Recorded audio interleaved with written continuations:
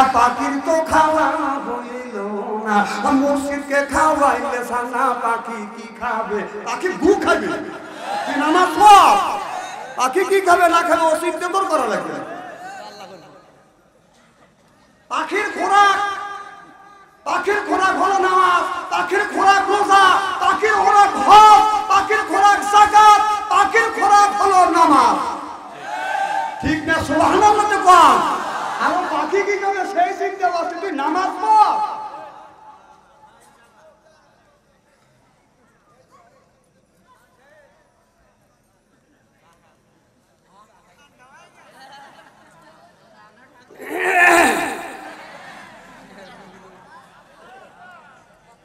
আমার ভাইরা, আমার মুসলমান ভাইরা, আল্লাহর হাবিবের নিয়মতেরা ভালো করে লক্ষ্য করে শুনুন। ও বাজার হযরত ওমর বড় বাজার, মদিনার বাজার, অর্ধ পৃথিবীর প্রেসিডেন্ট। সুবহানাল্লাহ বললেন না? রোম আর পারস্য নামে দুইটা রাষ্ট্র আছে।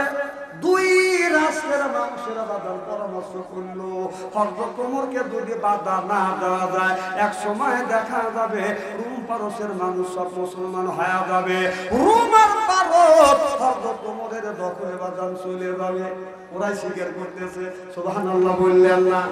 যেমন আমাদের দেশে এই পৃথিবীর পরাশক্তি হলো বাদান আমেরিকা, কথা বুঝতেছেন না? ওই রকম পরাশক্তি ছিল বাদান রোম আর পারস্য। এই রোম পারস্যের বাদশা বলল, এই ওমর একটা লম্বা জুব্বা গায়ে দেয়, ওমর লম্বা জুব্বা গায়ে দেয়, ধাক্কা দিয়ে শুয়ে পড়বে। আমেরিকার লোক মনে করেছিল মোল্লারা লম্বা জুব্বা গায়ে দেয়, ধাক্কা দিয়ে শুয়ে পড়বে। হায়াতে কোনোদিন দেখে নাই। যখন খাইছে, যখন রুখে দাঁড়াইছে, যখন খাইছে সোনার বাংলা থেকে আপনার মামুর বাড়ি যা পালাইছে। লম্বা জুব্বা গায়ে দিছে, এদের গায়ে শক্তি নাই, ধাক্কা দিলে শুয়ে পড়বে। না না, এই লম্বা জুব্বাওয়ালারা যে হাতে কোরআন পড়ে, কোরআন ধরে কোরআন পড়ে, সেই হাতের সাথে আল্লাহর রহমতি হাত যোগ থাকে। কেবল একটা ঠেলা দিছে, সহ্যই তো করে পারে না, ভালো করে তো বর দেই নেই।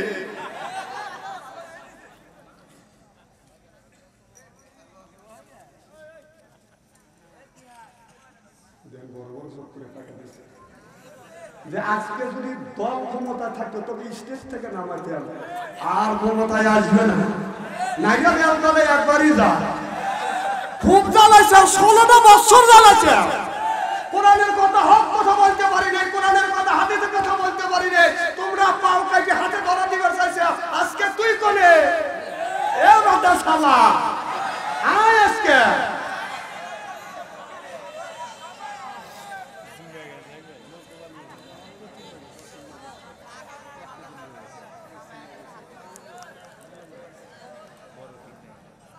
আমার ভাইয়েরা, আমার রোম পারস্যের নেতারা চিন্তা করলে জুব্বা গায়ে দেয়, একজন বলে ফু দিয়ে উড়ো দেবো। কথা বুঝতেছেন না? কারণ ইসলামকে ফু দেওয়া বাধা উড়ো দেওয়ার জিনিস না। রোম পারস্যের বাদশা, রোমের বাদশা, পারস্যের বাদশা ইসলামটাকে ফু দেওয়ার চেষ্টা করে, ফু দিয়ে উড়ে দেওয়ার চেষ্টা করতে বাদান পারে নাই। এরপরে 16টা বছর এই হাসিনা ইসলামটাকে ফু দিয়ে উড়ে বের চাইছে, বাদান উড়াইতে পারে নাই, নিজেই উড়িয়ে গেছে। নিজেই কথাকে আমি বলতেছি নাকি? ইতিহাস কথা বলতেছে, ইতিহাস কয়।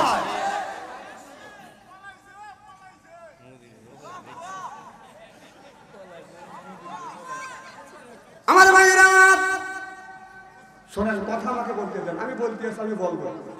আপনারা শোনার জন্য আসছেন, শুনবেন, আর আমাকে বলার জন্য দাওয়াত দিচ্ছি, আমি বলেই যাবো। আপনি যদি বলেন আপনাদের মাইন্ড করবে, আর আমি যদি আরো কিছু বলি মাইন্ড করবে। কারণ সামনে হলো আল্লাহর কোরআন, কোরআন হাদিস আর ইতিহাস। বর্তমান প্রেক্ষাপট মিলে কথা না বললে বাংলাদেশের মানুষ বোঝে না। কারণ যে যুবকের হাতে আছে বাদানটা ফোন, ভালো থাকে না তাদের মন ওইতে হতে বাদান ওদের জমা। আপনার ঘরে বসে বাদান প্রেম করে, মা বাবাকে অখুশি করিয়া বাদান বিয়ে করে, ওই বিয়া টেকে না, টেকে না রে। এখন যুবকরা ঠিক।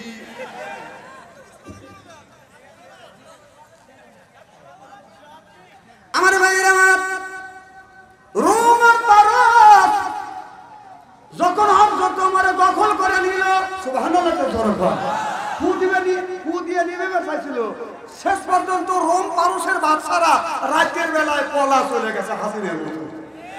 এই পলানে আজকের পলানে না, সেই 800 বছর আগে এই ঘটনা। রোম পারস্যের বাদশা রাতের বেলায় পালা গেছে। 800 বছর পরে আমাদের দেশে এই প্রধানমন্ত্রী যিনি জোর করে 16 বছর ছিল, সে রাত বেলা 1.5টার সময় পালা গেছে। কথাটা আমি কই না, ইতিহাস কয়। 800 বছর পরে এই ঘটনা ঘটবে।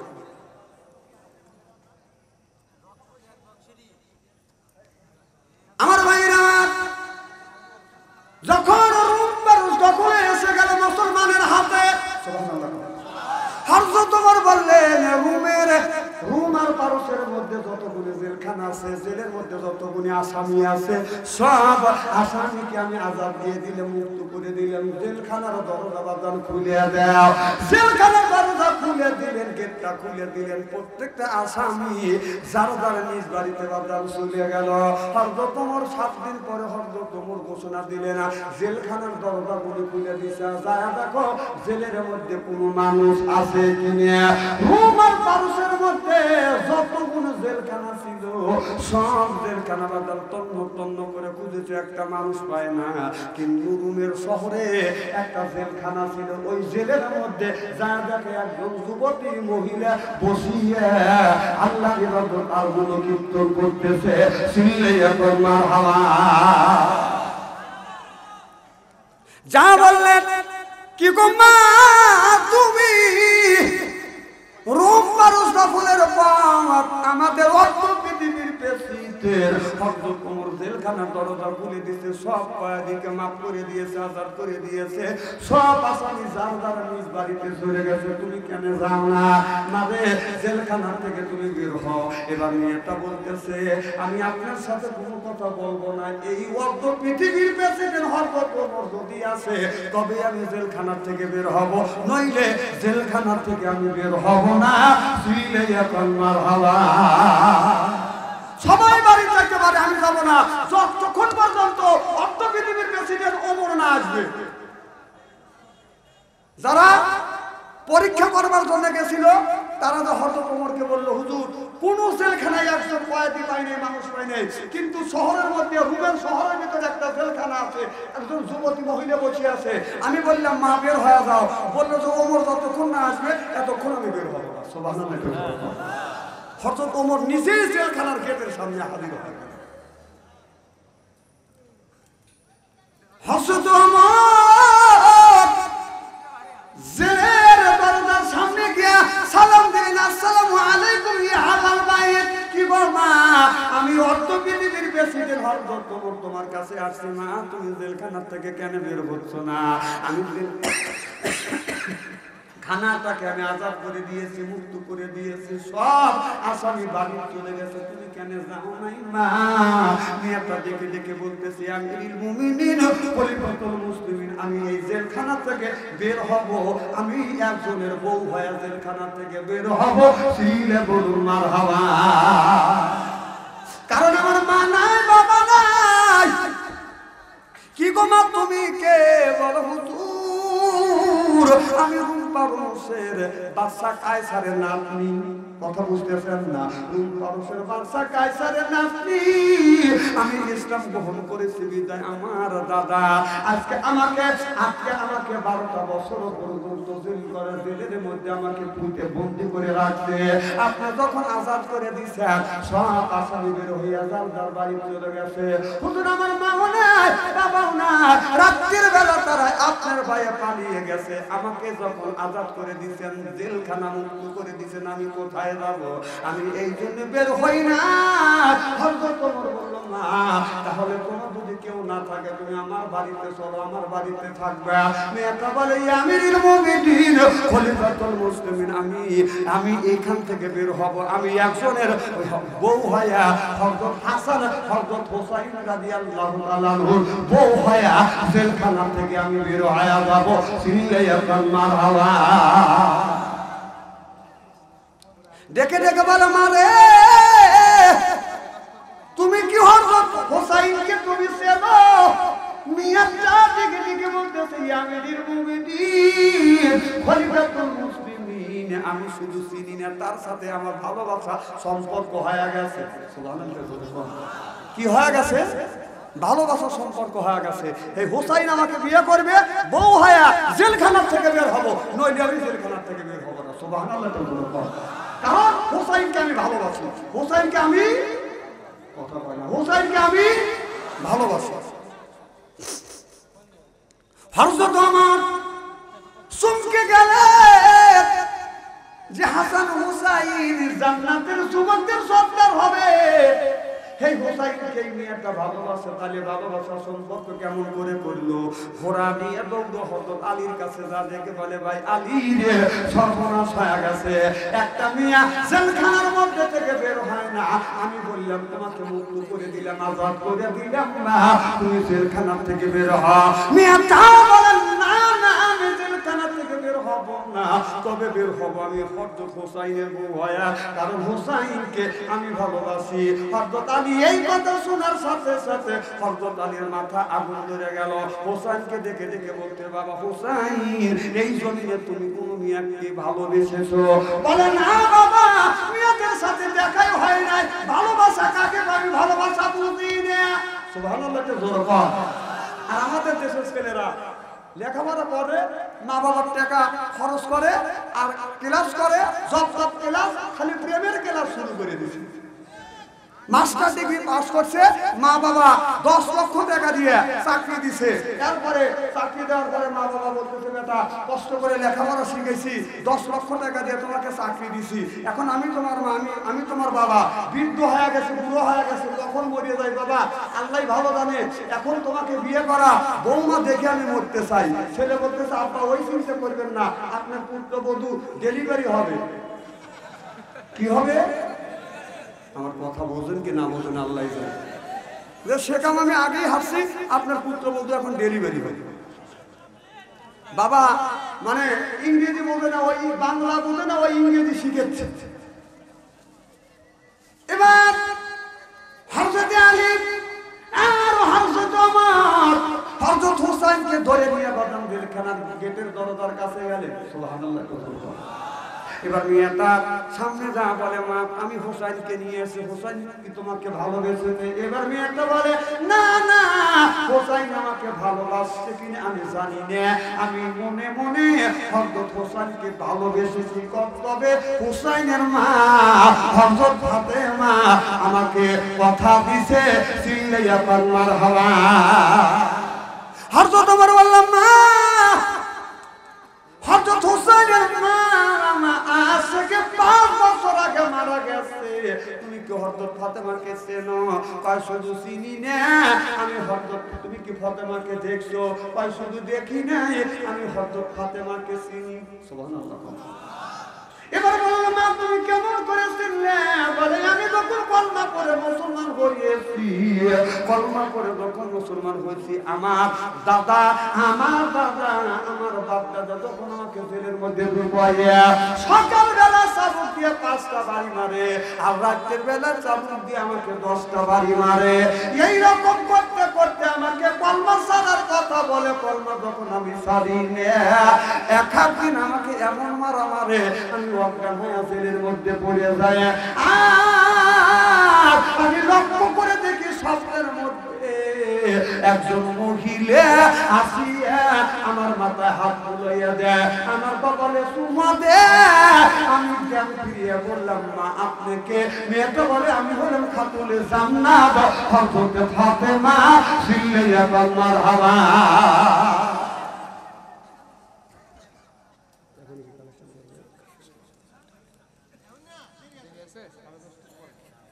আমার ভাইরা এবার বলে হযরত ফাতেমা হাজির হয়ে যায়। হযরত হুসাইন রাদিয়াল্লাহু তাআলা আনহু বললেন, আমার মা কেমন? তুমি যে দেখছো, তুমি দেখছি মাঝে কথা দিছে, আমার মার চেহারা কেমন, কেমন করে তুমি চিনলে? এবার দেখে বলে, হুসাইন তোমার মা ফাতেমা যিনি তার বাম গালে একটা কালো তিল আছে আর ঠোঁটের নিচে লাল একটা দাগ আছে আর এই চোখের ভুরুটা ডাবল ভুরু মিলাইলো। এই কথা যখন বলছে হযরত আলী বলছে মা পরের কথা পরের মানুষের কাছে বলো না, কারণ এখানে পর পুরুষ বসে আছে। এই পর পুরুষটাকে হযরত ওমর পর পুরুষকে কথা বলে পর পুরুষকে আমি বলো মারে পরের কথা পরকে বলো না, এই জায়গা পর পুরুষ আছে। কারণ হযরত ফাতেমা আমার বিবি, আমি জানি আমার বিবির কোন জায়গা তিল আছে, কোন জায়গা লাল একটা দাগ আছে, বুড়োটা কেমন আমি ভালো করে জানি। হযরত হুসাইন জানে, হযরত ফাতেমার সন্তান তিনি ভালো করে জানে আপনার কোন পাশে দাগ আছে, কালো তিল আছে আর এই টুপির নিচে একটা লাল একটা দাগ আছে। আমার বেটা চেনে, এরপরে আমার বিশ্ব নবী চেনে, কারণ তার মেয়ে ফাতেমা সে দেখছে আর পৃথিবীর কোন মানুষ দেখে নাই। মেয়েটা বলো হুজুর এই দৃশ্যটা আমি দেখছি। সুবহানাল্লাহ। এই ওয়াজটা করব শুনবেন তো। হযরত হুসাইন বলে যুবতী তুমি যা বলছো ঠিকই বলেছো। বলে আমার মা কি বলেছে, আমার মা বলেছে মারে তোমাকে মারছে। আমি কথা দিলাম আমার বিশ্ব নবী স্বপ্নের মধ্যে হাজির হয়ে গেছে, আমার বিশ্ব নবী কথা দিয়েছে। আমার নবী বললেন ও যুবতী ইসলামের জন্য কোরআনের জন্য এত কষ্ট করলে, জেল থাকলে, চাবুকের আঘাত থাকলে, মা রিমান্ড থাকলে, আমি নবী কথা দিলাম এর বিনিময় আল্লাহ তোমাকে জান্নাত দিয়ে দিবে।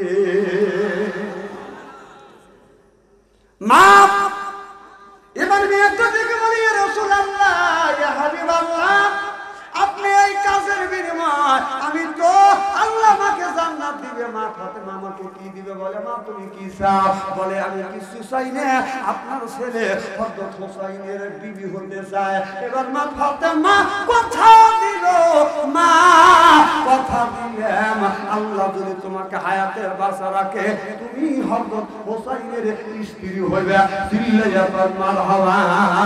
হযরত হুসাইন চোখের পানি ফেলে দিয়ে কান্দার বড় যুবতী এই স্বপ্নটা আমার মা আমার দেখাইছে আর আমার মা আমার স্বপ্নের মধ্যে বলে দিয়েছে বাবা হুসাইন বাদশা কায়সারের নাতি, ওই বাদশা কায়সারের নাতি নাম হলো শহরবানো। ওই মেয়েটা যে ঘরের মধ্যে আছে বাবা গো তুমি যদি বিয়ে করো ওই মেয়ে শহরবানোকে তুমি বিয়ে করবে। ও যুবতী মহিলা আমার মা কথা দিছে, মার কাছে আমি কথা দিছি আজকে আমি তোমাকে এই জেলখানা থেকে বউ বানাইয়া আমার বাড়িতে তোমাকে নিতে চাই। সিল্লা সিল্লা কর মারহাবা। নারে তাকবীর, এই আল কোরআনের আলো, তাকবীর। মুসা আলাইহিস সালাম বলেন আল্লাহ তুমি তোমার বান্দার কি পছন্দ করো? আল্লাহ দেখে বলে বন্ধু মুসারে আমি পছন্দ করি আমার বান্দার গায়ের রক্ত। জোরে কম কি? বান্দার গায়ের রক্ত। সুবহানাল্লাহ। মুসা আলাইহিস সালাম বলে আল্লাহ কতটুকু রক্ত যদি তোমার বান্দা তোমাকে দেয় তুমি খুশি হইবে? আল্লাহ বললে বন্ধু মুসা রে মুসা নামে একটা প্রাণী আছে,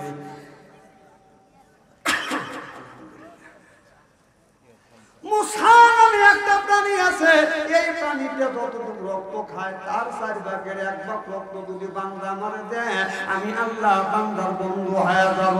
তাহলে মুসা নামে প্রাণী আছে, সেই মুসা 1 ফোঁটা রক্ত খায়, তার 4 ভাগের 1 ভাগ রক্ত যদি দেওয়া যায় আল্লাহ তার বন্ধু হবে। তাহলে আমরা কি রক্ত দেওয়ার জন্য রাজি?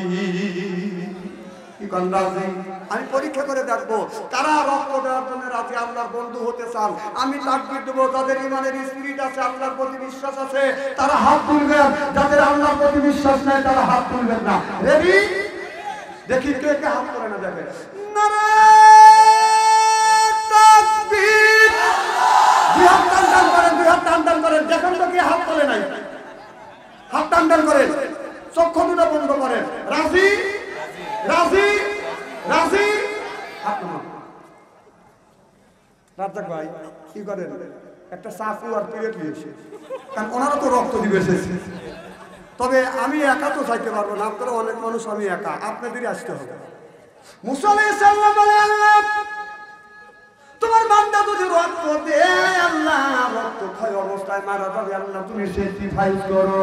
আল্লাহ বললেন বন্ধু মুসা রে আমি আল্লাহ স্যাক্রিফাইস করলাম, বান্দা রক্ত দেওয়া লাগবে না, রক্ত কামাবো পরিশ্রম করা কিছু টাকা কিছু পয়সা বান্দা যদি আমার রাস্তা দান করে দেয় আমি আল্লাহ বান্দার বন্ধু হয়ে যাবো। চিল্লে চিল্লে এখন মারহাবা। সর্বপ্রথম আল্লাহকে খুশি করবার জন্য একজন ব্যক্তি বলেন হুজুর আমি 10,000 টাকা দিব, একজন বলেন হুজুর আমি 5,000 টাকা দিব, একজন বলে হুজুর 2,000 টাকা দিব, আর 1,000 করে আমি 20 জন ব্যক্তির কাছে বাদাম 20,000 টাকা চাই। আমার বাইরে আমি জানি না কারণ মা দুনিয়ায় না, বাবা দুনিয়ায় না, ওই মা অন্ধকার কবরে, বাবা অন্ধকার কবরের মধ্যে শুয়ে আছে। মা বাবার জন্য বাদাম দোয়া করা হবে। মা ফজর নামাজ কাজা করার কারণে 7টা ফজর থেকে জোহর পর্যন্ত কামড়াবে, জোহর নামাজ কাজা করার কারণে 7টা জোহর থেকে আসর পর্যন্ত কামড়াবে, আসর নামাজ কাজা করার কারণে 7টা আসর থেকে মাগরিব পর্যন্ত কামড়াবে। কবি বলে কোনখানে ঘুরিয়া বেড়াও ভিড়ারও পাহাড় চড়ে বেড়াই এই জগতে ভিড়ার জানোয়ার, এক এক কামড়ের জ্বালায় 1000 বছর যায়, এমনি করে কামড়াইবে লাখো লাখো বার।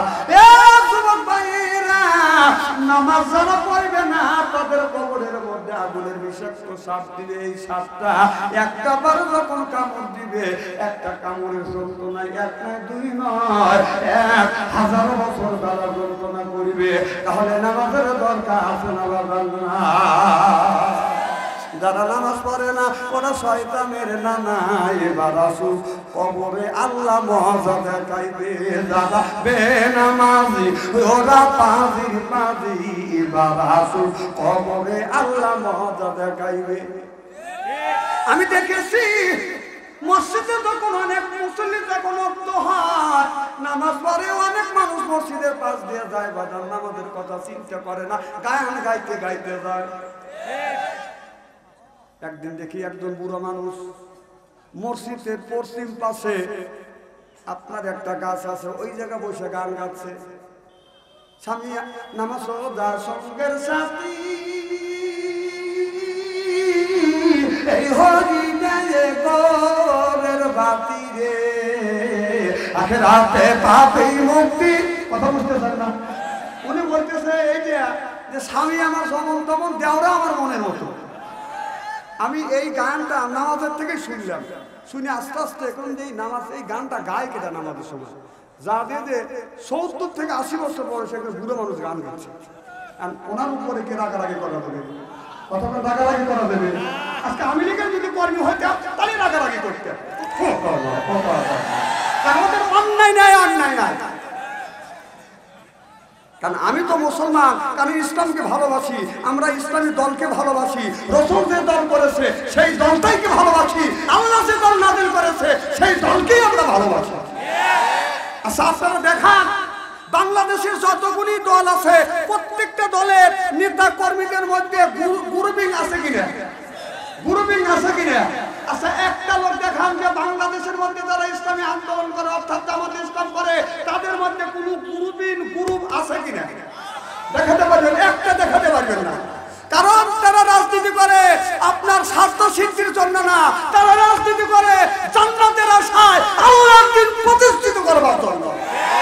এই জন্য ওদের মধ্যে কোনো গ্রুপিং নেই। দেখান একটা গ্রুপ দেখান। যারা ইসলামী আন্দোলন করে বাবার টাকা দিয়ে পকেটের টাকা দিয়ে রাজনীতি করে, হারাম ভাবে ওরা রাজনীতি করে না। এই 16 বছরকে থাকতে পারতো। বাংলাদেশের মধ্যে জাতীয় একটা বেঈমান ছিল, সেই জাতীয় পার্টি।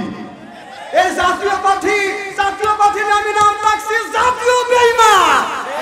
এই বেঈমানকে সমর্থন করছে, এই জন্য 15 বছর দেশ চালাইছে, আলেম ওলামাকে ধরে ধরে জেলের মধ্যে ঢুকাইছে, এমনকি ফাঁসির কাজকে তুলেছে। আল্লাহ রাসূল বলেছে আল উলামা ওয়ারাসাতুল আম্বিয়া,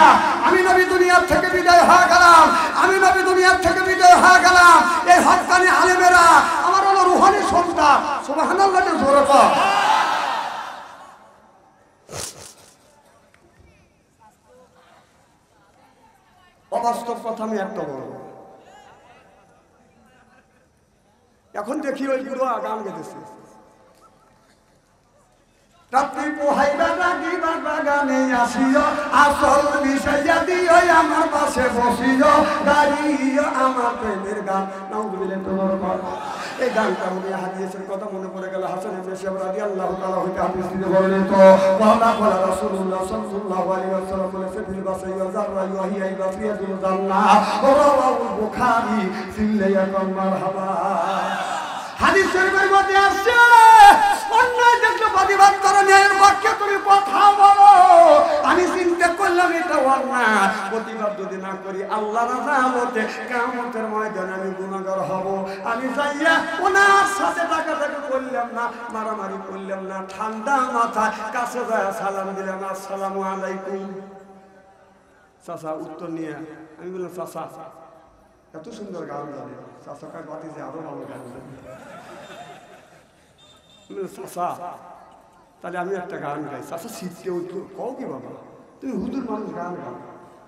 এখন চাচার সাথে তো মারামারি করা যাবে না, প্রেম আর ভালোবাসা আদর আর মহব্বত দিয়ে মানুষের মন যত জয় করা যায়, জোর করে ভোট নিয়ে আপনার আলেম ওলামাদেরকে জেলের মধ্যে ঢুকাইয়া ফাঁসের কাছে ঝুলাইয়া মানুষের মন জয় করা যায়। তার দৃষ্টান্ত তার প্রমাণ হলো আমিনের সরকার মাইরিয়া গাইয়া মাইরিয়া কাটিয়া মানুষকে মাইরিয়া কাটিয়া জেলের মধ্যে ঢুকাইয়া এই দেশে ক্ষমতায় থাকার চেষ্টা করেছিল, কিন্তু তাদের ভিতরে ভালোবাসা ছিল না। এই যদি বেশি দিন থাকতে পারে, প্রমাণ নগদ প্রমাণ। এটা একটা দৃষ্টান্ত হয়ে গেছে। এমন একটা কাজ করছে 800 বছরের মধ্যে এই ধরনের কাজ করে না। সব দেখেন না কতগুলি গরু আছে, বাছুর যদি থাকে যায় গাবি দৌড়া বাছুরের কাছে যায়। কথা কোন নিজের জীবন বাজি রেখা বাছুরের কাছে যাবে, আর এই যে করলো কি বাছুর রেখে গাই পালাইছে।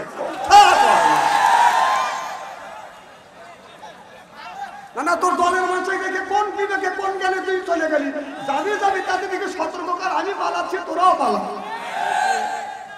এমন বিপদে ভালো হয়ে গেছে তাদের।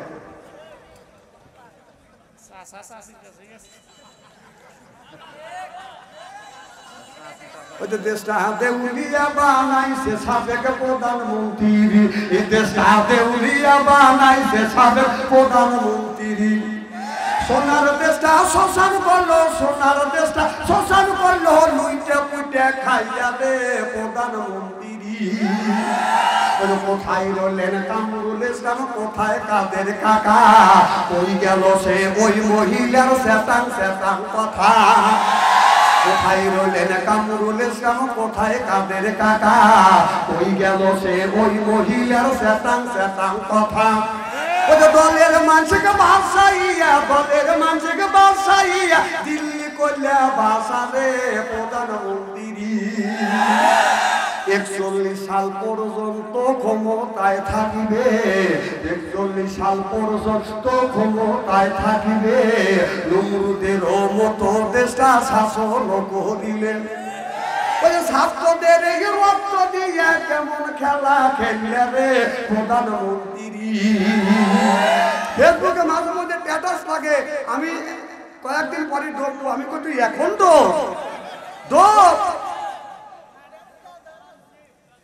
মানে 71 পরে তো মার খাও না, খালি দিয়েই গেছে। তোমার পুলিশ বাবাকে নিয়ে তুমি ক্ষমতায় ছিলে, এখন তোমার পুলিশ বাবা নাই, এখন তোমাকে কে বাঁচাইবে? তুমি আসো, খেলা করবে, চাও আসো, খেলা হবে। খেলার জন্য বাংলাদেশের মানুষ রেডি।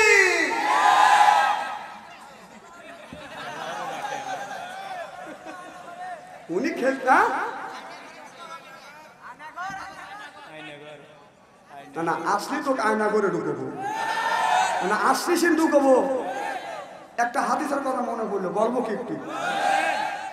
আমার ভাইয়ের আমার নমরুদ আয়না ঘর থেকে আরো বাদাম, আমি এই ডিস্টেন্সটা আপনাদের দিছি। এই নমরুদ বলেছিল আনা রব্বুকুমুল আলা, এই জমিনে আমি একজন প্রতিষ্ঠিত খোদা। কিন্তু কিন্তু ফেরাউনের এই ফেরাউন যখন বলল আনা রব্বুকুমুল আলা, আমি প্রতিষ্ঠিত খোদা, হযরতে মুসা আলাইহিস সালাম বলে তুমি খোদা না, এই জমিনে সবচাইতে তুমি বড় গাধা। চিল্লে এখন মারহাবা।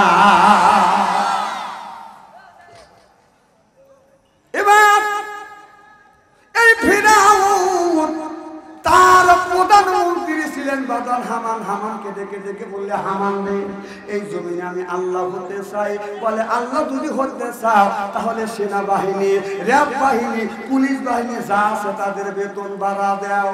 কথা বল না কে?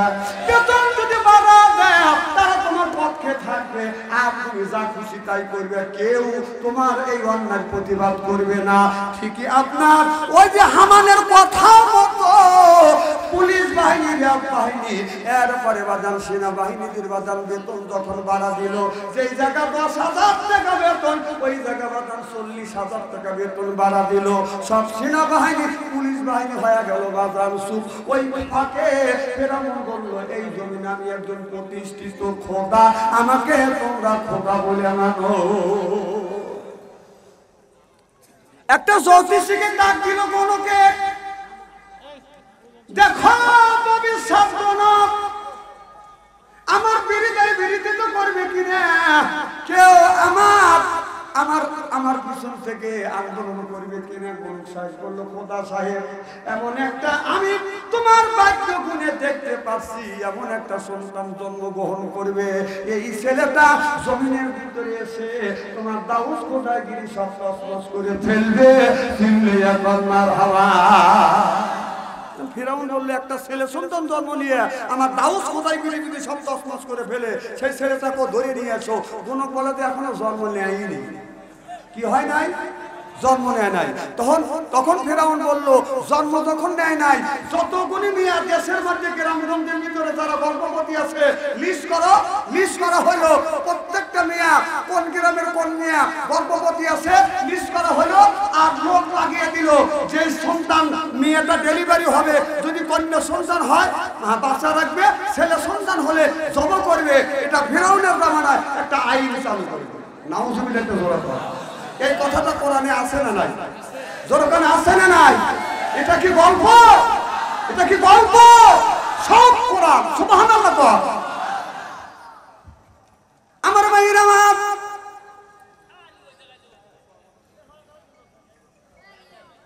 ওরা টাচ না বললে ঘুরতেছে, সে ওরা ডিস্টার্ব করবে না, করবে কারা?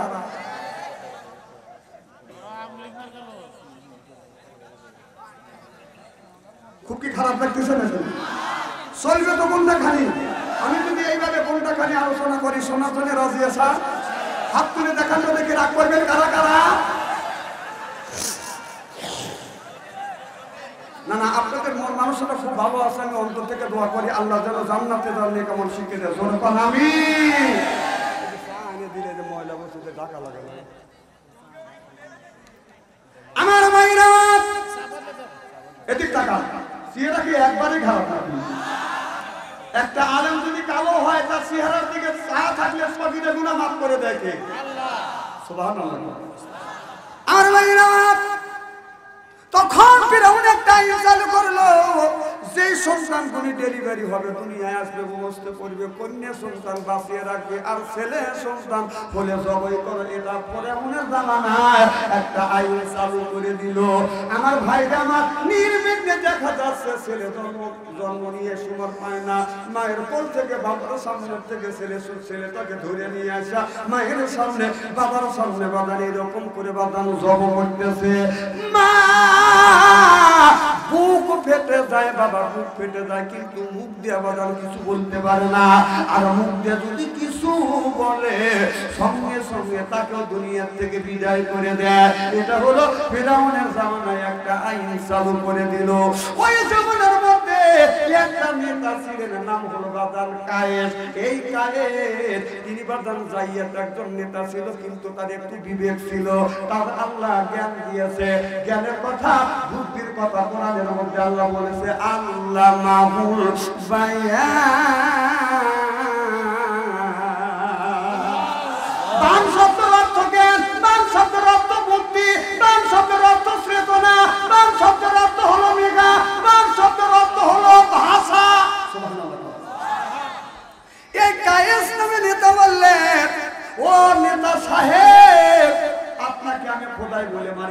খোদা না খোদা একজন আছে, সুবহানাল্লাহ। তবে আপনি যে কাজটা করতেছেন এই কাজটা হলো অন্যায়, এই কাজ করা যাবে না।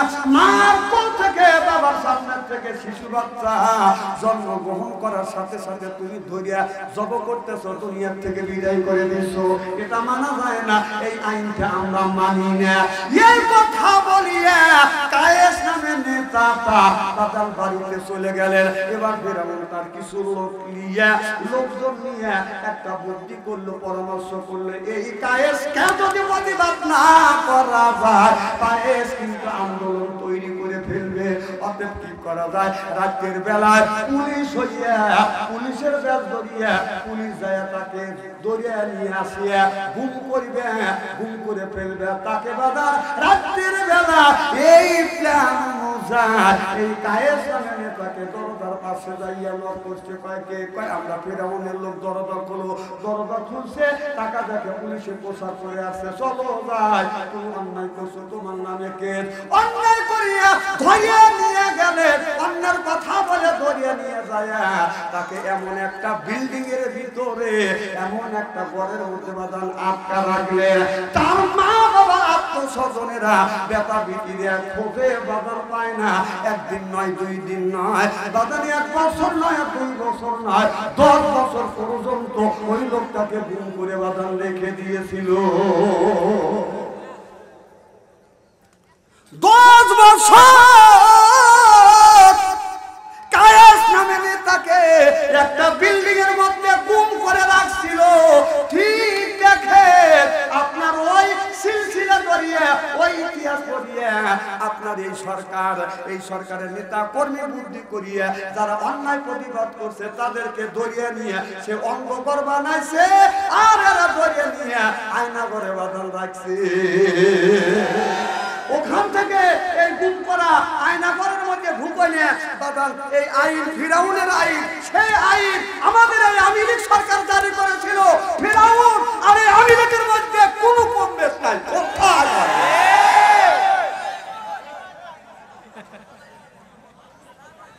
আমার কথা কি বোঝা যাচ্ছে? আরে ইতিহাস তখন লেখা হয় না, এখন ইতিহাস লেখা হবে। ফিরআউনের ইতিহাস তখন লেখে না, ফিরআউন যখন বিদায় হয়ে গেল তারপরে এই সমস্ত ইতিহাস লেখা হয়েছে।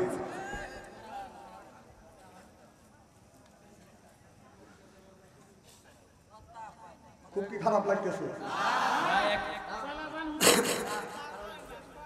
আমার ভাইরা? আমি যা দেখলাম, চাষা গান গাচ্ছে, কথা বুঝতেছেন না? রাত্রি পোহাইবা ডাকিবা বাগানে আসিও, আসল বিষাইয়া দিব আমার পাশে বসিও। নাউযুবিল্লাহ তো দরকার। আমি যা বললাম চাচা মনে আছে, আমি যা বললাম চাচা আমি একটা গান গাই, বলে হুজুর মানুষ তুমি গায়ান গাও। আমি বললাম চাচা আপনার বয়স কত? চাচা বলে ভাতিজা আমার বয়স হলো 80 থেকে 85 বছর বয়স। আমি বললাম চাচা 80 থেকে 85 বছর বয়সে যদি আপনার গান গাইবার ইচ্ছা হয়, আমি তো একজন ইয়ং ম্যান, কথা বুঝতেছেন না? চাচাকে যুক্তি দিয়ে ঠেকাইলাম। চাচা তখন উত্তর দিচ্ছে ভাতিজা বলো। তারপরে কিন্তু আমি আবার মানে আমি বলার পরে উনি পাল্টা জবাব দিবেন।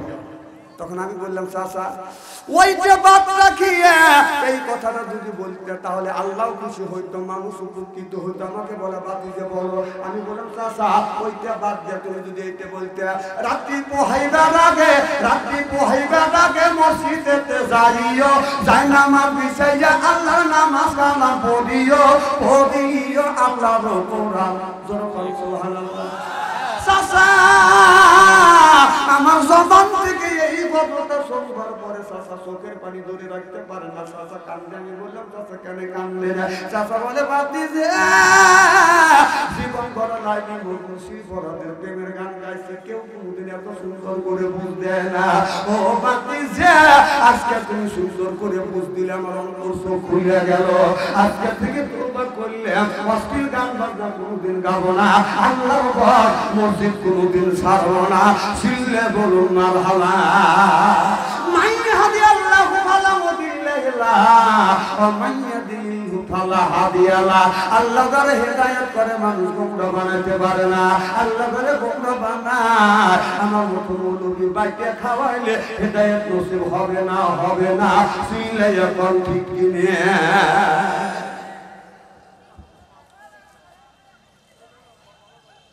আমার ভাইরা ভালো করে লক্ষ্য করে শোনো। ও বাবা, আল্লাহ বলছে ইন্নাল্লাযিনা আমানু, মানে নিশ্চয়ই আল্লাযিনা যারা ঈমান আনবে ওই আল্লাহর উপরে, ওয়া আমিলুস সলিহাত, আর যারা নেক কাজ করবে, এক নাম্বার ঈমান, আর যারা দুই নাম্বার নেক কাজ করবে, আল্লাহ বললেন কানাত লাহুম জান্নাতুল ফিরদাউস নুজুলা। এক নাম্বার যারা নামাজ পড়বে, দুই নাম্বার যারা নেক কাজ করবে, ওই মানুষটা যখন জান্নাতে যাবে ৭০,০০০ হুর আসবে রিসিপশন করে জান্নাতে নিয়ে যাবে। কয় হাজার? ৭০,০০০। জোরে বল কয় হাজার? কাজ করা লাগবে কয়েকটা? জোরে বল। চোখে দেখেন না, জোরে বল কয়টা? এক নম্বর নামাজ, এক নম্বর ঈমান আনা লাগবে, দুই নম্বর নেক কাজ করা লাগবে। নেক কাজের মধ্যে নামাজ আছে, রোজা আছে, হজ আছে, যাকাত আছে, কুরবানি আছে, ভালো ভালো কাজ আমাদের নেক কাজের মধ্যে ঢুকে গেছে। দুইটা কাজ যারা করবে ওই মানুষটা যখন জান্নাতে যাবে হুর আসবে। এই হুরদের এত সুন্দর চেহারা হবে, এই হুর ফুলকো দিয়ে এই জমিনে যদি থুতু ফেলতো তামাম পৃথিবীর মাটিতে আতরের মতন গ্রান হয়ে যাইতো। আর ফুলকো দিয়ে এই পৃথিবীর পানিতে যদি থুতু ফেলতো তামাম পৃথিবীর পানিতে আতরের মতন গ্রান হয়ে যাইতো। এত সুন্দর চেহারা, ঠোঁটে লিপস্টিক লাগান লাগবে না, আইব্রো মাখান লাগবে না। কোনো মানুষ যদি হুরের দিকে তাকায়, এক নজর তাকাবে, ৭০,০০০ বছর চলে যাবে, চোখের পলক ফেলবে না। আজকে আমাদের মেয়েরা পায়ে পরে হাই হিল করতেছে, কিলকিল, ঠোঁটে লাগে লজ্জা পিস, যুবকের পেটো খালি, পিঠো খালি, এই যে হলো বাজানা, কথা বুঝতেছেন না? ঠোঁটে লাগা লজ্জা পিস, পায়ে পরে হাই হিল করতেছে, কিলকিল, ঠোঁটে লাগা লজ্জা পিস, এরপরে যুবকের দেশিস। এইটা হলো ইসলামের বীজ, পেটো খালি, পিঠো খালি। আমি হিসাব করে দেখলাম ওই মেয়েটা অরিজিনাল শয়তানের শালী।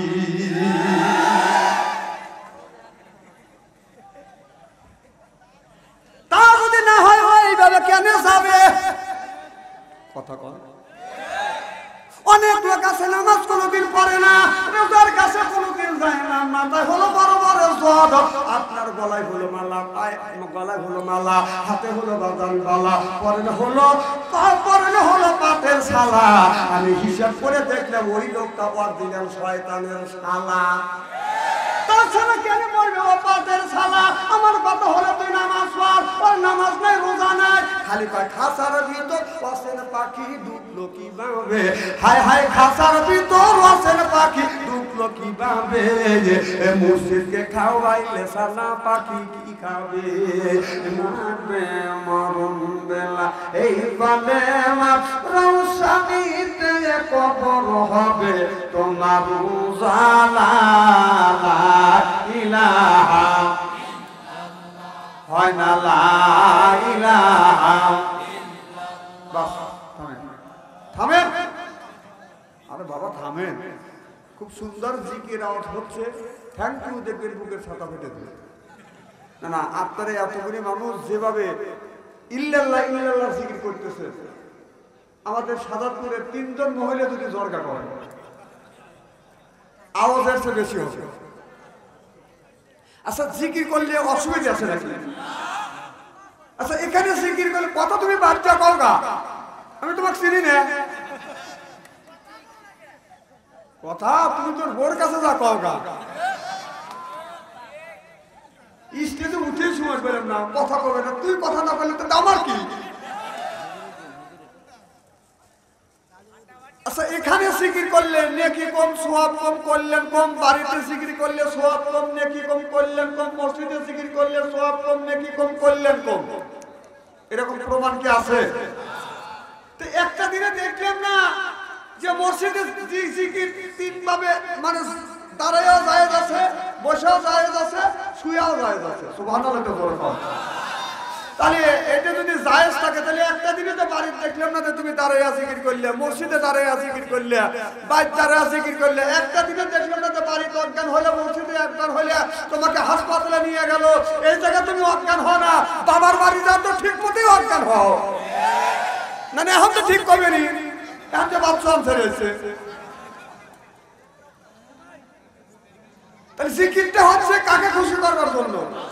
আরো জোরে। তাহলে জিকির যদি আল্লাহকে খুশি করবার জন্য হয় তাহলে তাহলে এখন এখানে জিকির করে আওয়াজ বের হয় না, বাবার বাড়ি গেলে তো তোমার লুঙ্গি খুঁজে পাওয়া যায় না। জিকির করো লা ইলাহা লা ইলাহা লা ইলাহা আসিয়া বলে ও গো স্বামী আমি তোমার অর্ধাঙ্গিনী, তোমার আমার সৃষ্টি করা জাগাতা রে কেন মানো না। লা ইলাহা এই অপারেটর কে? অপারেটর ভাই এদিকে শুনছো? লা ইলাহা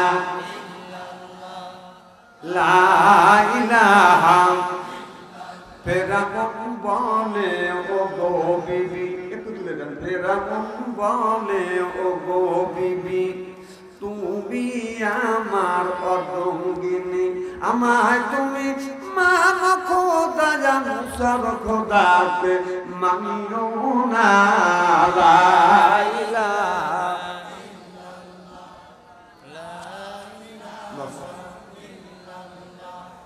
লা ইলাহা লা ইলাহা ইল্লাল্লাহ মুহাম্মাদুর রাসূলুল্লাহ সাল্লাল্লাহু আলাইহি ওয়াসাল্লাম।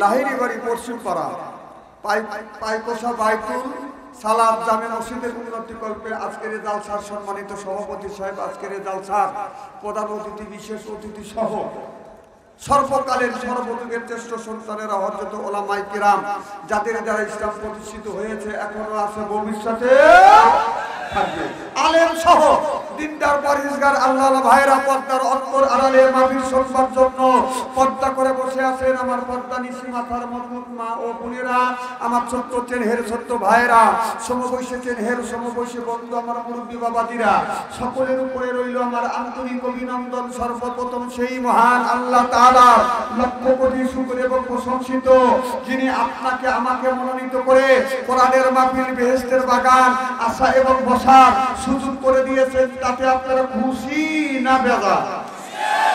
কম না বেশি? বেশি যদি হয় সমস্যার উচ্চ কণ্ঠে বলুন আলহামদুলিল্লাহ। মানবতা মুক্তি তো আখিরি নবী এমন একজন নবীর উম্মত করে পাঠাইছে, এই নবী উম্মতের ব্যাপারে হা বললে হালাল হতো, না বললে হারাম হতো, পা ফেললে আর সে আজিবে চলে যেত। সুবহানাল্লাহ। সেই নবীর উম্মত, আমার নবীর দাম আর মর্যাদা আমাদের চাইতে একেবারেই কিন্তু কম না।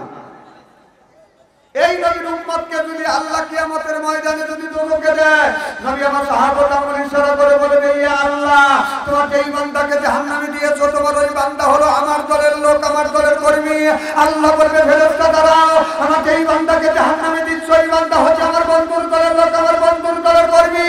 আমি আল্লাহ আমার অর্ডার ক্যান্সেল করে পুরো অর্ডার দিলাম জাহান্নামে নয়, জান্নাত পর্যন্ত পৌঁছা দাও। সেই নবীর দল করার জন্য কারা কারা রাজি, তারা শুধু দুই হাত টান টান করে দেখান।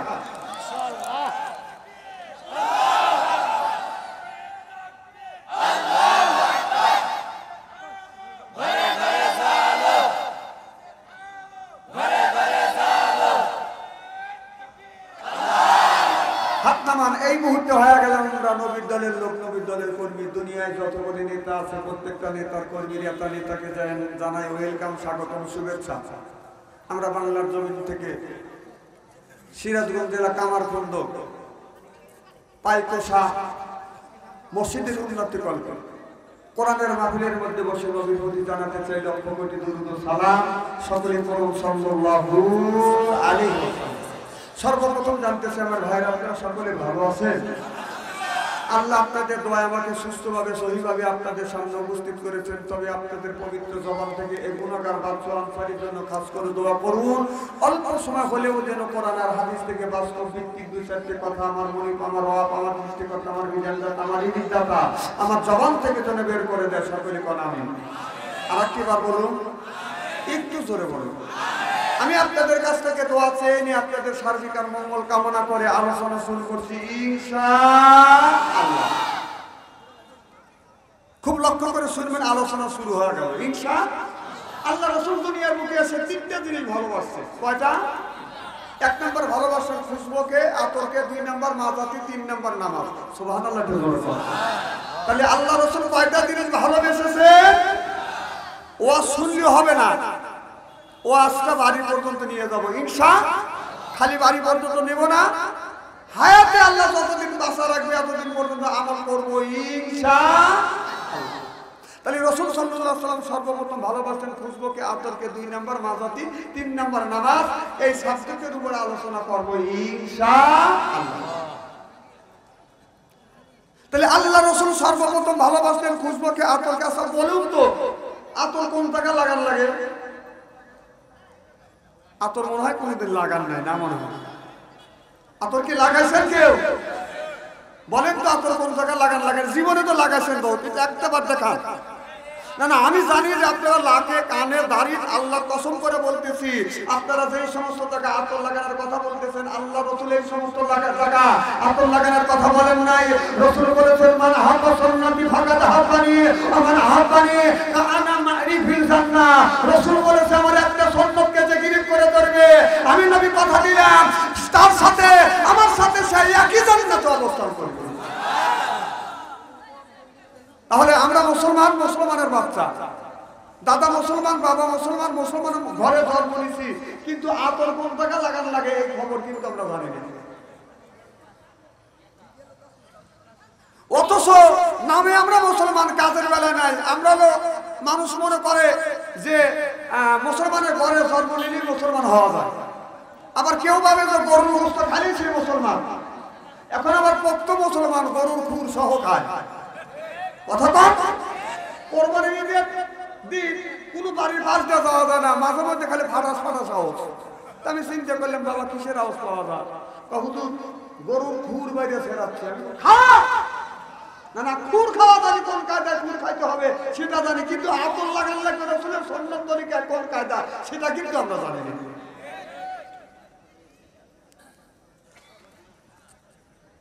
জামাই গেছে শ্বশুর বাড়ি, শাশুড়ি জামাই দেখে বলতেছে, আব্বা, বাজান, বাপ। জামাই উত্তর দিয়েছে, জি আম্মা। কি আম্মা? কথা কয় না। কি আম্মা?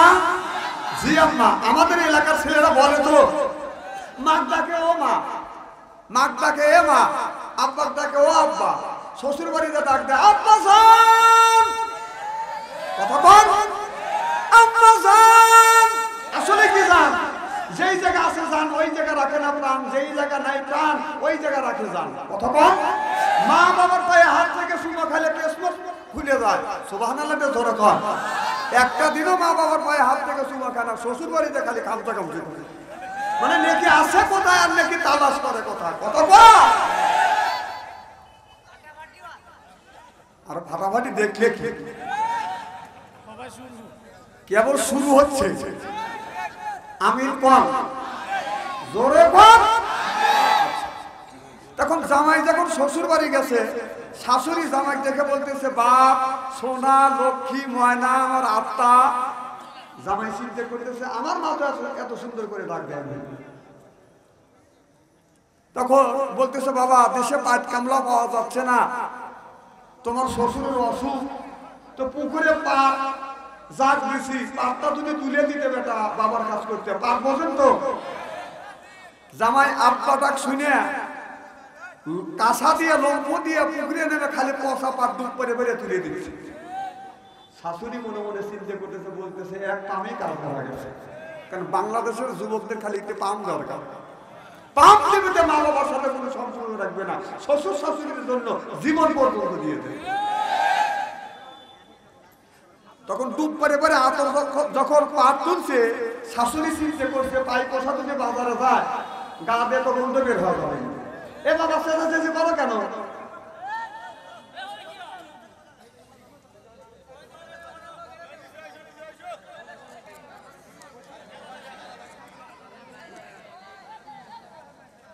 এদিক টাকা সিয়ারাকে একবারে খারাপ লাগে। কি যেন বলতেছিলাম? ও পাপ তুললে গা দিয়ে গন্ধ বের হয় না। শাশুড়ি চিন্তা করছে যে এক শিশি যদি আতর দেয় লাখে কানে নিলে গন্ধ দূর হওয়া যাবে।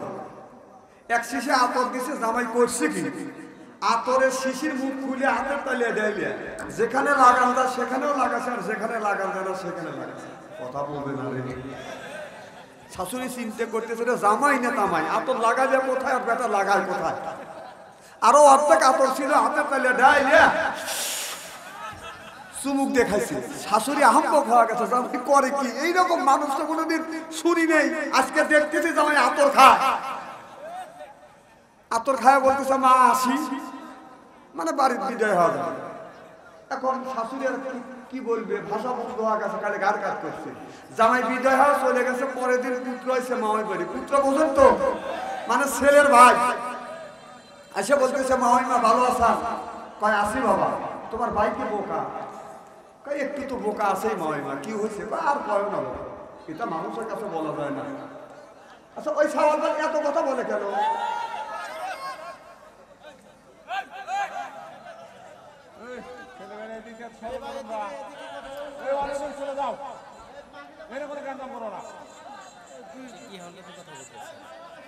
না না, এটা আওয়ামী লীগের মঞ্চ হলে সে একটা মানা দেওয়া যেত, এটা কোরআনের মঞ্চ।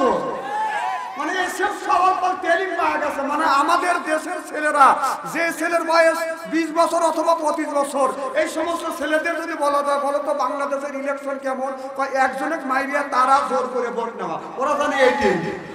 আসলে সুস্থ ভোট আছে ওরা তা জানে না। 16টা বছর এই ছেলেদেরকে খালি সন্ত্রাসী আর চাঁদাবাজি জোর করে ভোট নেওয়া শিখেছে। কথা কর তো ওরা রাজনীতি করবে না, করবে কারা? আর এটা তো শিখে দিতে 16টা বছর। আমার কথার মাপ বোঝেন কি না বোঝেন আল্লাহই ভালো জানে। কি জানি বলতেছিলাম? ও পুত্র বলতেছো বাবা তোমার ভাই বোকা। ভাই একটু বোকা আছে মাই। কি হয়েছে? আর করো না বাবু, এইটা মানুষের কাছে বলা যায় না। এক শিশি আতর দিলে আতরের শিশির মুখ খুলে যেখানে লাগান যায় সেখানেও লাগাইছে, আর যেখানে লাগান যায় না সেখানেও লাগাইছে। আর অর্ধেক আতর ছিল হাতে তেলে ডাইলে মুখ দেখাইছে। মাই মা ও ডবল বোকা, ওর সাথে পড়তাই করে না, আতর খাই মুড়ি দিয়ে ও শুধুই গেছে। আমাদের অবস্থা হচ্ছে এইরকম। আমরা মুসলমান, মুসলমানের ঘরে জন্ম নিচ্ছি, কিন্তু আতর লাগান লাগে কোথায় সে খবর আমরা জানি না। আমার ভাইয়েরা, আল্লাহ নবী 1 নাম্বার ভালোবাসলেন খুশবুকে, 2 নাম্বার নাজাতে, 3 নাম্বার বাদান নামাজ। কি সুবহানাল্লাহ! আল্লাহ নবী একদিন মসজিদের বারান্দায় মন খারাপ করে বসে আছে। আল্লাহ নবী মন খারাপ, আল্লাহ সহ্য করতে পারছেন না। আল্লাহ দেখে বলে জিবরাইল তাড়াতাড়ি যা আমার বন্ধুর কাছে যা, আমার বন্ধুর মন খারাপ, আমি আল্লাহ সহ্য করতে পারছি না। আমার বন্ধু কিসের অভাব? টাকার অভাব, পয়সার অভাব, নারীর অভাব, গাড়ির অভাব, এমন কোন জিনিসের অভাব পড়েছে আমি আল্লাহ সেই অভাবটা দূর করে দেব। সিল্লাইয়া কর্মার হাওয়া। জিবরাইল আলাইহিস সালাম চলে আসে। মোহাম্মদ হাইব না গোপ্তা তানা গোপ্তা জিবরাইল, জিবরাইল হাইব না গোপ্তা তানা গোপ্তা রব্বুল জলিল। সুবহানাল্লাহ বললেন। জিবরাইল আলাইহিস সালাম এসে বলে ইয়া রাসূলুল্লাহ, ইয়া হাবিবাল্লাহ, ও নবীজি আপনি মন খারাপ করে বসে আছেন, আপনার কিসের অভাব? টাকার অভাব, পয়সার অভাব, নারীর অভাব, গাড়ির অভাব, এমন কোন জিনিসের অভাব পড়েছে গো নবীজি? আমার আল্লাহ, আমার মাওলা সব অভাব দূর করে দিবে। আমার নবী চোখের পানি ফেলে দিয়ে কান্দে জিবরাইল, টাকা পয়সা নারী গাড়ির অভাব না, কবরের মধ্যে আমার উম্মতের কি হবে আমি নবী সেই চিন্তায় অস্থির। আমি নবী আমার উম্মতের জন্য চিন্তা করি। হযরত জিবরাইল আলাইহিস সালাম আমার নবীকে নিয়ে বনি সালমানের কবরের পাশে গেলেন, যাইয়ে জান টাকা দিয়ে হালকা আঘাত করলেন আর বললেন কুম বিইজনিল্লাহ, আল্লাহর হুকুমে আল্লাহর বান্দা জিন্দা হয়ে যাও। দেখা গেল বাবা কবরের মাঝে ভাগতে লাগলেন, লাফাতে লাগলেন, কবরের ভিতর থেকে আল্লাহর একটি বান্দা বাদাম বের হয়ে আসলেন। এত সুন্দর চেহারা, মনে হয় তার চেহারা দিয়ে বাদাম চুমকেছে। পা আম্মা মান সাকলা মাওয়াজিনু, সুবহানাল্লাহ। এত সুন্দর চেহারা, অন্ধকার রাত্রিতে একটা তারকা যখন আকাশে ওঠে, এই তারকাটা ঝিকমিক ঝিকমিক করে বাদাম জ্বলতেছে। ওই লোকটা চেহারা থেকে চেহারা দিয়ে বাদাম মুখের আলো ঝিকমিক ঝিকমিক ঝিকমিক করে জ্বলতেছে। আকাশের তারাগুলো, আকাশের তারাগুলো ঝিলিমিলি জ্বলছে। হাবিব এসেছে, রাসূল এসেছে, আমার নবী এসেছে, হাবিব এসেছে। মারহাবা। ও বাজান, এই দৃশ্য দেখানোর পর পাখা দ্বারা হালকা আঘাত করলেন আল্লাহর বান্দা, কবরের মধ্যে চলে গেলেন। কিছু দূর আঘাত যাইয়া আবার কবরের উপরে যাইয়া বাদাম পাখা দ্বারা হালকা আঘাত করলেন আর বললেন বিইজনিল্লাহ, আল্লাহর হুকুমে আল্লাহর বান্দা জিন্দা হয়ে যা। দেখা গেল কবরের মাটি ভাঙতে লাগলেন, লাফাতে লাগলেন, কবরের ভিতর থেকে আল্লাহর একটি বান্দা বাদাম বের হয়ে আসলেন। বন্যের মতো চেহারা, ওরা বেগুন বেগুন চুলার মধ্যে দিলে যেমন রং হয়, এইরকম কালো কুস্তি একদম কালো মানুষ বাদাম বের হয়ে আসলেন। আল্লাহ নবীকে এই দৃশ্য দেখানোর পর পাখা দ্বারা হালকা আঘাত করলেন, আল্লাহ বান্দা কবরের মধ্যে চলে গেলেন। ইয়া মুসলমান ভাইরা, আল্লাহ নবী বলতেছে জিবরাইল রে, দুইটা মানুষকে দেখাইলে, এই দুইটা মানুষের কারণটা কি আমি বুঝলাম না, আমারে একটু বুঝাও। জিবরাইল আলাইহিস সালাম বলে ইয়া রাসূলুল্লাহ, ইয়া হাবিবাল্লাহ, প্রথম নম্বরে যেই মানুষটাকে দেখানো হলো, এই মানুষটা কোনোদিন নামাজ ছাড়ে নাই, রোজা ছাড়ে নাই, হজ ছাড়ে নাই, যাকাত ছাড়ে নাই, ধর্ম নিরপেক্ষ মতবাদকে কিনে করেছে, আল্লাহর বিধিবিধান মেনে চলেছে। বিদায় আল্লাহ তার কবরটা ফুলের বাগান বানাইছে। আল্লাহ বললেন ইসলাম, ইসলাম ছাড়া অন্য কোন তন্ত্র মন্ত্র জাতীয়তাবাদ ধর্ম নিরপেক্ষ মতভেদ কেউ যদি কায়েম করে, পালি বেলা মিনু, ওর নামাজ রোজা হজ যাকাত আল্লাহ দরবারে কোনদিন কবুল হবে না, হতে পারে না। ওহুয়া ফিল আখিরাতি মিনাল খাসিরিন।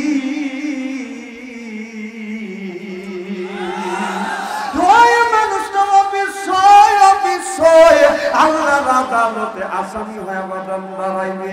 এবার আমার নবীকে বললেন, নবী গো, দুই নম্বরে যে মানুষটাকে দেখানো হলো, এই মানুষটা আমার জীবনে নামাজ পড়ে নাই, রোজা রাখে নাই, হজ করে নাই, যাকাত দেয় না, বরং যেই জায়গা কোরআনের কথা হইছে ওই জায়গা হত্য গন্ডগোল তৈরি করছে।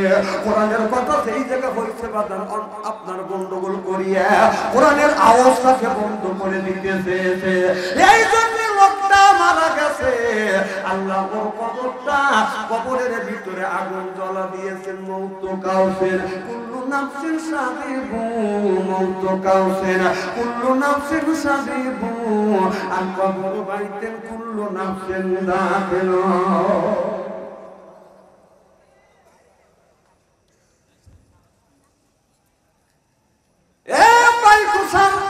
গ্রামের যুবকেরা ভালো করে লক্ষ্য করে শোনো, যারা কোরআনের বিরোধিতা করবে, ইসলামের বিরোধিতা করবে, কোরআন শরীফ শুয়ে বলতেছি, লোকটা যখন মারা যাবে, কিয়ামতের ময়দানে লোকটা যখন মারা যাবে, কবরের মধ্যে আল্লাহ আগুন জ্বালা দিবে। ওই কবরের মধ্যে আগুন জ্বালাবে। আর তুমি দেশের হাফেজ মাওলানা কারি নিয়ে যতই দোয়া করো না কেন, এই দোয়ার দ্বারাই আপনার ওই কবরটা ফুলের বাগান হইতে পারবে না। তাহলে আল্লাহ যা বলেছে, রাসূল যা করেছে, সেইটা আমাদের করতে হবে। আল্লাহ যা বলছে, রাসূল যা করছে, সেইটার নাম কি? আরো জোরে, জোর হলো না। আর কোরআন মানে কোরআনের কথা বলবে কি? মাহফিলে উঠলে আওয়ামী লীগের এক একটা সভাপতি এসে বলছে আমরা কিন্তু আওয়ামী লীগের সভাপতি জালসা করবে তবে না, জালসা পর্যন্ত বন্ধ করে দিয়েছে। কতক্ষণ আজকে আজ তোর বাবার স্টেজ পাচ্ছিস, এই পৃথিবীতে কি তোর বাবার ছিল? এই দুনিয়াতে কি তোর বাবার ছিল? আজ তুই কোথায়? না না, এখানে তাকবীর দেওয়া লাগবে না। তাকবীর দিবে বহু যখন মান কেটে দেবে তখন তো তাকবীর দিবে। এখানে তাকবীর দেওয়া লাগবে, তার মানে আমি চিনি না। বাংলাদেশে আল্লাহু আকবার বলো ফরজ, সুবহানাল্লাহ কর। আল্লাহর জিকির বলো ফরজ, কোরআনের কথা বলো ফরজ, শোনো ফরজ, সুবহানাল্লাহ কর। যতক্ষণ পর্যন্ত নামাজ যেমন ফরজ, কোরআনের কথা বলতেছি এটাও ফরজ, যারা শুনতেছেন এটাও ফরজ। সেই ফরজ জিনিসরা বন্ধ করে দিয়েছে। আল্লাহর আইনের উপরে ওরা টিক্কা লাগাইছে, আল্লাহর গজবে দেশ থেকে বিতাড়িত হয়েছে।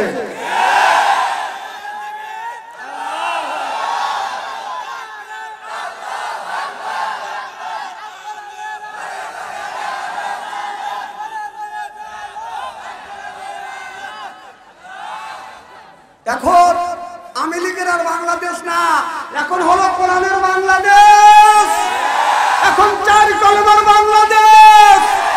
আমি সারা বাংলাদেশে এবছর যতগুলি মাহফিল করেছি, যতগুলি জায়গা আমি সফর করেছি, সামনে দেখবেন কলেমার পতাকা উড়বে, কলেমার পতাকা উড়বে ইনশাআল্লাহ। ওয়েট করেন, ধৈর্য ধরেন, ধৈর্য ধরছেন, আর একটু ধৈর্য ধরেন।